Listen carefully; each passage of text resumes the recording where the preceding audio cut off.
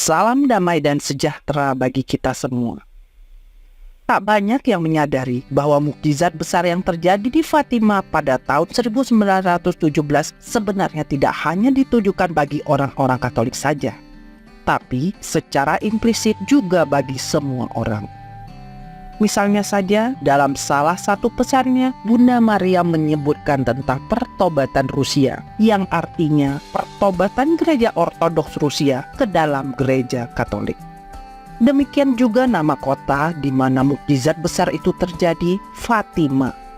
Dari sekian banyak kota-kota di Portugal, Bunda Maria sengaja memilih sebuah kota yang dari namanya sangat berbau Islam. Bagi kaum muslim, nama Fatima sangat dikenal karena itu adalah nama salah seorang putri dari Muhammad, Nabi Islam. Selain itu, mukjizat tersebut dilaporkan kebenarannya oleh surat kabar milik kaum Freemason yang sangat anti-Katolik dan ditonton oleh banyak orang ateis yang ingin membuktikan kebohongan mukjizat tersebut. Dari sini bisa kita simpulkan bahwa mukjizat besar di Fatima pada tahun 1917 tidak hanya ditujukan bagi orang-orang Katolik, tapi juga bagi orang-orang Kristen non-Katolik, orang-orang non-Kristen, kelompok anti-Katolik, bahkan juga bagi mereka yang ateis. Singkatnya, mukjizat di Fatima berikut pesan-pesan Bunda Maria sebenarnya ditujukan bagi kepentingan seluruh manusia. Hal ini dapat kita mengerti dengan baik kalau kita memahaminya dalam konteks nubuat kitab suci dan seluruh rencana keselamatan. Kita akan mulai dengan memahami perlunya Gereja Katolik sebagai satu-satunya sarana keselamatan. Sejak kejatuhan Adam ke dalam dosa, relasi antara Tuhan dan manusia menjadi rusak. Tuhan ingin memulihkan kerusakan itu dengan mengajarkan kembali seluruh hukum dan kebenarannya melalui sabda Tuhan yang disampaikan oleh para nabi. Rangkaian sabda Tuhan yang diterima para nabi selama hampir 15 abad itu akhirnya digenapi dengan sempurna melalui inkarnasi Tuhan dan karya penebusan salibnya 2000 tahun yang lalu. Sabda Tuhan yang utuh sempurna dan karya penebusan salib Kristus inilah yang akan memulihkan keadaan manusia kembali pada keadaan seperti sebelum kejatuhan Adam. Untuk menjamin agar sabda dan kebenarannya yang sempurna serta rahmat dari karya penebusan salib Kristus ini dapat terus dinyatakan pada manusia secara turun-temurun tanpa berubah sampai akhir zaman, maka Tuhan mendirikan gerejanya dengan Petrus sebagai pemimpin untuk mewakili dirinya. Matius bab 16 ayat 18. Melalui Gereja Katolik inilah seluruh sabda dan kebenaran Tuhan yang utuh serta semua rahmat yang dibutuhkan bagi keselamatan tersedia bagi semua manusia dari zaman ke zaman. Dari sini kita dapat memahami kebenaran dogma. Di luar gereja tidak ada keselamatan. Tapi apakah iblis akan tinggal diam melihat Tuhan berupaya memulihkan apa yang dia rusak? Tentu saja tidak. Maka dalam sejarahnya sampai hari ini, iblis selalu berupaya menghancurkan Gereja Katolik dengan berbagai cara. Baik itu dengan serangan dari dalam melalui berbagai upaya perpecahan bidat dan skisma dalam gereja, maupun serangan dari luar melalui munculnya agama-agama non-Kristen seperti Islam, New Age, dan lain-lain. Berkembangnya ideologi-ideologi sesat atau juga melalui berbagai serangan fisik dalam bentuk kerusuhan sipil dan serangan militer. Semua upaya iblis untuk menghancurkan Gereja Katolik tersebut berhasil diatasi dengan baik. Hingga memasuki abad 20, Gereja Katolik tetap berdiri kokoh dan menjadi agama yang terbesar dan terkuat di dunia. Namun iblis masih menyimpan sebuah serangan mautnya yang terakhir dan paling merusak. Serangan dari luar gereja, baik itu dari agama-agama baru maupun dari kekuatan militer dan otoritas sipil, terbukti tidak menggoyahkan gereja Katolik. Begitu juga serangan dari dalam, baik itu pengkhianatan para imam seperti Arius dan Martin Luther, pengkhianatan para uskup seperti Nestorius dan skisma ortodoks, dan pembangkangan penguasa sipil seperti Raja Henry VIII juga tidak membuat gereja Katolik runtuh. Tapi serangan terakhir ini pasti akan memberikan pukulan terberat bagi gereja, yaitu pengkhianatan para paus. Jika rencana tersebut berhasil dilakukan, maka secara teoritis gereja Katolik hanya akan tinggal nama, karena seluruh ajarannya akan diubah dengan leluasa dan menjadi berbeda dari apa yang diwariskan sejak zaman para rasul. Serangan itulah yang sudah dilakukan oleh iblis melalui organisasi rahasia Freemason selama beberapa abad dengan cara menyusupkan pengikut-pengikutnya ke dalam hierarki gereja. Tujuan utama dari penyusupan ini tidak lain adalah untuk menduduki jabatan kunci di hierarki dan termasuk juga menduduki kepausan sehingga menjadi pembuka jalan untuk mengubah seluruh ajaran gereja. Lalu, bagaimana gereja Katolik dapat bertahan jika penyusupan itu berhasil dan jabatan kepausan serta jabatan kunci di hierarki diduduki oleh musuh-musuh gereja yang ingin mengubah ajarannya? Tentunya hampir mustahil gereja Katolik dapat selamat dari serangan berat semacam ini. Dalam konteks itulah pesan-pesan Bunda Maria di Fatima yang dikonfirmasi dengan mukjizat besar harus kita pahami. Melalui pesan-pesannya, Bunda Maria bermaksud memperingatkan dan sekaligus menyelamatkan gereja Katolik dari serangan iblis yang terberat di sepanjang sejarahnya, yaitu pengkhianatan para paus dan upaya untuk mengubah ajaran iman gereja. Tapi, mengapa Bunda Maria? Di kayu salib, Tuhan Yesus sudah menetapkan Bunda Maria sebagai ibu bagi gerejanya. Yohanes bab 19 ayat 26 hingga 27. Lalu dalam kitab Kejadian, Tuhan sudah menubuatkan perseteruan perempuan melawan ular, dan perempuan itu akan meremukkan kepala ular. Kejadian bab 3 ayat 15.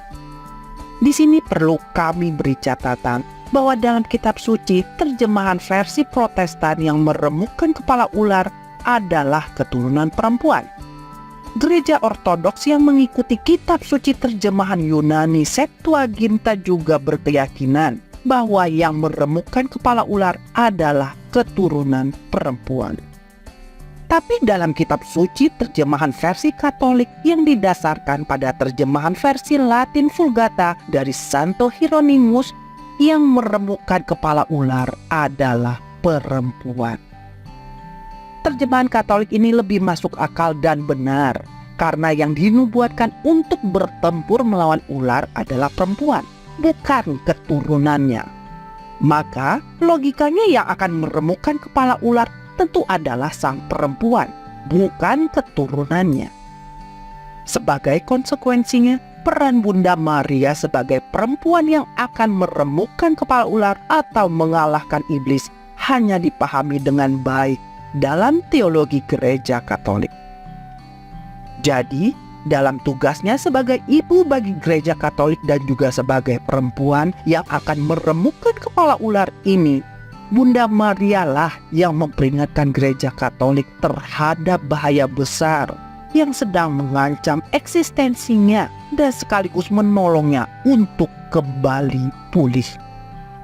Oleh karenanya, pesan-pesan Bunda Maria di Fatima pertama-tama harus dipahami sebagai peringatan akan bahaya besar yang mengancam gereja Katolik melalui pengkhianatan para paus dan upaya untuk mengubah ajaran gereja. Ini sejalan dengan apa yang dikatakan oleh Kardinal Eugenio Pacelli yang kemudian menjadi Paus Pius XII.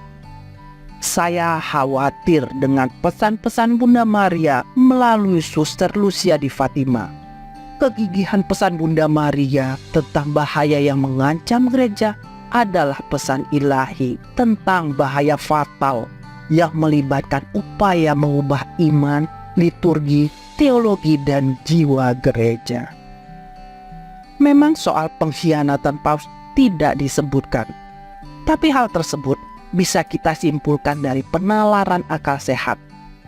Jika upaya untuk mengubah ajaran dan iman gereja itu dilakukan oleh imam atau uskup, Bunda Maria tidak perlu turun tangan, karena dalam sejarahnya gereja Katolik sudah terbukti mampu mengatasinya dengan baik. Tapi jika pengkhianatan itu dilakukan oleh para paus, tidak ada pilihan lain kecuali Bunda Maria harus turun tangan langsung untuk menolong gereja yang adalah anak-anaknya. Maka perubahan ajaran iman, liturgi, dan teologi gereja seperti yang dikhawatirkan Paus Pius XII hanya mungkin terjadi jika paus berkhianat dan ikut terlibat di dalamnya. Tampaknya bahaya pengkhianatan paus dan upaya untuk mengubah ajaran gereja ini terkandung dalam pesan rahasia yang ketiga. Bunda Maria menghendaki pesan ketiga tersebut dibuka pada tahun 1960 dengan alasan maksud dari pesan tersebut akan menjadi jelas pada saat itu. Sayang sekali tanpa alasan yang kuat dan masuk akal, Paus Yohanes 23 menentang permintaan Bunda Maria dengan menolak membuka pesan tersebut pada tahun 1960.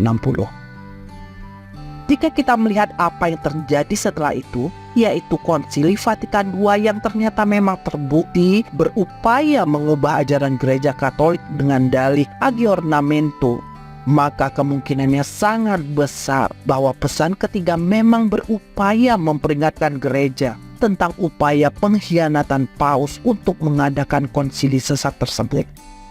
Tidak heran jika Paus Yohanes 23 yang menggagas Konsili Vatikan II menolak untuk membuka rahasia ketiga pada tahun 1960 karena ia tidak ingin konsili sesat rancangannya yang akan mengubah ajaran gereja tersebut dibatalkan. Tapi apakah dengan demikian gereja Katolik berhasil dihancurkan? Ternyata tidak juga, karena dalam salah satu pesannya Bunda Maria mengatakan, pada akhirnya hatiku yang tak bernoda akan menang. Artinya, sang perempuan berhasil meremukkan kepala ular sesuai nubuat kitab suci, yaitu Bunda Maria akan menang terhadap semua tipu daya dan rencana iblis yang berupaya menghancurkan gereja. Dan tentu sebagai konsekuensinya, gereja Katolik akan berhasil dipulihkan kembali dalam seluruh kemuliaannya. Maka dari itu, selain sebagai peringatan terhadap bahaya besar yang mengancam gereja, pesan-pesan Bunda Maria di Fatima juga harus dipahami sebagai upaya untuk memulihkan gereja Katolik agar kembali pada kemuliaannya semula sebagai mempelai Kristus. Kuncinya terletak pada permintaan Bunda Maria kepada Paus untuk mengkonsekrasi Rusia pada hatinya yang tak bernoda. Sayang sekali beberapa paus yang berupaya melakukan konsekrasi mulai dari Paus Pius XII sampai Paus Fransiskus gagal melakukannya dengan benar sesuai permintaan. Agar konsekrasi itu valid sesuai permintaan, kedua hal ini mutlak harus dilakukan. Pertama, Paus harus melakukan konsekrasi dengan menyebut nama negara Rusia sebagai satu-satunya objek konsekrasi tanpa dikurangi atau ditambah. Kedua, Paus harus memerintahkan semua uskup gereja Katolik untuk ikut serta bersamanya dalam melakukan konsekrasi. Perlu dicatat, yang diminta Bunda Maria adalah Paus memerintahkan semua uskup, bukan sekedar mengajak atau menghimbau mereka. Kedua syarat tersebut dimaksudkan untuk memulihkan kembali martabat Paus sebagai penerus Petrus yang adalah wakil Kristus di dunia. Sebagai wakil Kristus, Paus harus memiliki wibawa atas semua pemerintahan sipil di dunia, termasuk Rusia, dan juga memiliki otoritas atas semua uskup. Itu ditunjukkan secara simbolik dengan cara memerintahkan semua uskup untuk ikut serta bersamanya mengkonsekrasi Rusia kepada hati tak bernoda Bunda Maria. Jika itu berhasil dilakukan, maka gereja Ortodoks akan memperoleh rahmat khusus untuk bertobat dan kembali ke dalam gereja Katolik. Tindakan ini kemudian diikuti semua gereja-gereja serta komunitas Kristen lain yang bertobat, meninggalkan kesesatan mereka dan kembali bersatu di dalam gereja Katolik. Selanjutnya, pulihnya persatuan Kristen di bawah gereja Katolik ini akan mengakibatkan semua musuh-musuh gereja berhasil dikalahkan, yang ditandai dengan pertobatan semua orang kepada Kristus dan dunia memasuki masa damai. Itulah kemenangan bagi hati tak bernoda Bunda Maria yang sudah dinubuatkan dalam pesan Bunda Maria di Fatima pada tahun 1917 dan juga sudah dinubuatkan dalam kitab Kejadian ribuan tahun lalu. Seperti yang tadi sudah kami sebutkan, para paus yang mencoba menuruti permintaan Bunda Maria belum satu pun yang melakukan konsekrasi Rusia ini dengan benar. Paus Pius XII dalam konsekrasinya menyebut rakyat Rusia, bukan negara Rusia. Kemudian Paus Yohanes Paulus II mengkonsekrasi dunia, bukan Rusia. Selanjutnya, Paus Fransiskus mengkonsekrasi Rusia dan Ukraina. Baik Paus Pius XII, Paus Yohanes Paulus II, maupun Paus Fransiskus, ketiganya tidak memerintahkan semua uskup gereja Katolik di dunia untuk ikut serta melakukan konsekrasi. Itu semua jelas tidak sesuai dengan permintaan Bunda Maria yang bermaksud memulihkan wibawa Paus sebagai pemimpin gereja Katolik dan sekaligus wakil Kristus di dunia. Jadi tidak heran jika janji-janji Bunda Maria yang akan membawa pemulihan gereja serta perdamaian dunia belum juga terwujud hingga saat ini. Bahkan dengan sinode untuk sinodalitas yang sedang berlangsung, perusakan terhadap gereja Katolik tidak terbatas pada ajarannya yang semakin menyimpang, tapi juga struktur gereja Katolik sedang diubah secara radikal dengan meninggalkan bentuknya yang hierarkis monarkis menjadi kolegial dan demokratis. Lalu apa yang harus kita lakukan? Meskipun tampaknya keadaan gereja Katolik semakin memburuk dan menuju pada kehancurannya sendiri, harapan untuk kembali dipulihkan yang gereja Kristus tetap ada, karena pada akhirnya hati tak bernoda Bunda Maria akan menang. Hal itu juga sesuai dengan janji Tuhan sendiri bahwa gerejanya tidak akan terkalahkan sampai akhir zaman. Dalam pesannya kepada Suster Lucia, Bunda Maria mengatakan bahwa konsekrasi tersebut pada akhirnya berhasil dilakukan oleh Paus meski terlambat. Mengapa dikatakan terlambat? Seperti halnya kegagalan Raja Louis XIV pada tahun 1689 memenuhi permintaan untuk mengkonsekrasi kerajaannya kepada hati kudus Yesus, memiliki tenggat waktu 100 tahun sebelum terjadi bencana revolusi Prancis tahun 1789. Begitu juga permintaan Bunda Maria pada tahun 1929 untuk mengkonsekrasi Rusia memiliki tenggat waktu 100 tahun, yaitu sampai dengan tahun 2029. Karena konsekrasi tersebut pada akhirnya berhasil dilakukan meski terlambat, itu artinya permintaan Bunda Maria baru berhasil dilakukan oleh seorang paus setelah tahun 2029. Dengan demikian, gereja Katolik akan melewati masa pemurniannya terlebih dahulu dengan cara yang sangat berat. Bagaikan lalang yang dikumpulkan untuk dibakar, demikianlah para pengkhianat dan penyesat di dalam gereja Katolik, yaitu mereka yang mendukung Konsili Vatikan II dan seluruh pembaharuannya yang merusak akan dimusnahkan dalam masa pemurnian tersebut jika mereka tidak bertobat. Selanjutnya, hanya gandum yang berakar kuat saja yang akan tetap tinggal di ladang dan kembali bertumbuh memenuhi ladang. Itulah para sisa umat Kristus, yaitu mereka, baik awam maupun klerus, yang setia pada iman para rasul dan berakar kokoh dalam hidup doa. Melalui sisa umat yang setia inilah kelak akan muncul para uskup dan paus yang suci yang akan memenuhi permintaan Bunda Maria dan memulihkan segala sesuatu di dalam Kristus. Setelah segala sesuatu dipulihkan di dalam Kristus, maka damai sejahtera akan hadir di muka bumi sebagai pemenuhan dari permohonan yang selalu kita ucapkan dalam doa Bapa kami, datangnya kerajaan Allah di bumi. Secara ringkas, tujuan dari pesan Bunda Maria di Fatima kurang lebih memiliki alur seperti ini.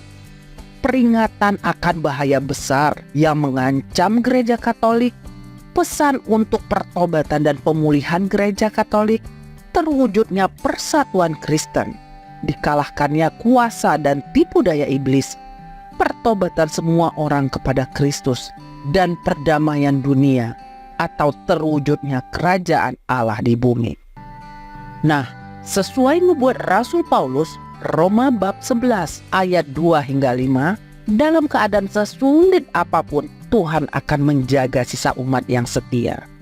Jadi dengan memilih untuk tetap setia pada iman para rasul dan membangun semangat hidup doa, sebenarnya kita telah ikut serta memelihara asa gereja Kristus untuk tetap eksis, melewati krisisnya yang terberat hingga akhirnya dipulihkan kembali.